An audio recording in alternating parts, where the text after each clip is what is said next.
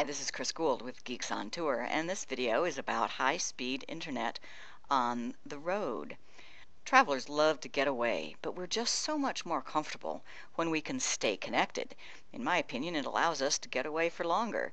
My husband and I live full-time in our motorhome and have for 6 years now. We make our living through computers, and it just wouldn't be possible without high-speed internet on the road. And we're not the only ones. We think that almost 90% of the RVs on the road out there have at least one computer inside, and many of them have two or even more. It wasn't so long ago when dial-up was the only way to connect, and that was slow. And not only was it slow, but you had to schlep your laptop up to an RV park's office, connect to their phone line provided for that purpose, and then you better be off in 10 minutes if there's somebody else waiting to connect.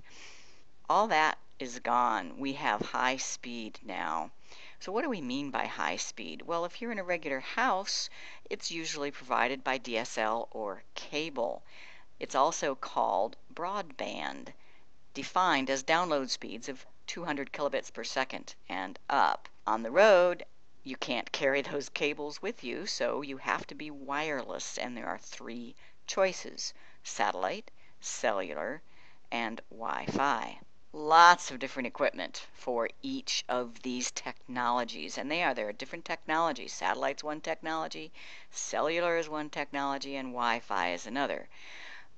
I think it's way too confusing, though, to concentrate on the equipment you need on your end. For example, look at these 2 pieces right here. This one is for Wi-Fi, this one is for cellular. They look an awful lot the same, but I guarantee if you plug this one in, you will not be able to connect to a cellular provider. So instead, I want you to concentrate on what you're connecting to, because that's pretty straightforward. You're either connecting to a satellite 23,000 miles above the Earth, or you're connecting to a cell tower 10-15 miles away, or you're connecting at a Wi-Fi hotspot, just an antenna, probably up on the RV park's clubhouse roof or something, and it's only about 300 feet away. If you're connecting to a satellite, you've had to contract with a satellite internet provider, a year or 2 contract, and you pay money each month that goes to Hughes or Motosat or some other satellite internet provider. If you're connecting to a cell tower, then you have to have a contract with a cellular provider, and your money is going every month to Verizon or AT&T or Sprint or some other cell provider. If you're connecting at a Wi-Fi hotspot, there's no contract, because you might move from one hotspot to the next. They are each very, very individual. There's no contract, and a lot of them are even free, so there's no money involved. When there is money involved, it's just a per day or a per week pay-as-you-go.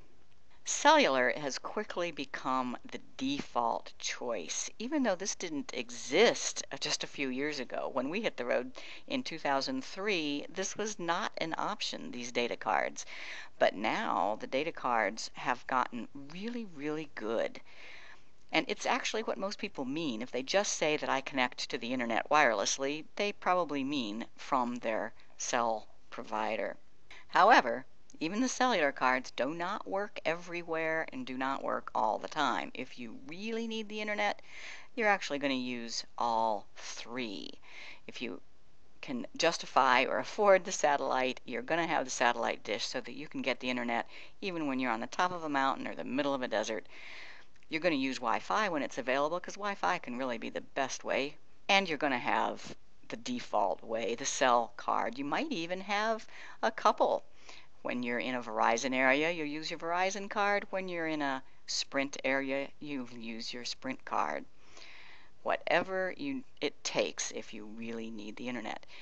In the next series of videos, then, we're going to concentrate on each individual type: satellite, cellular, and Wi-Fi.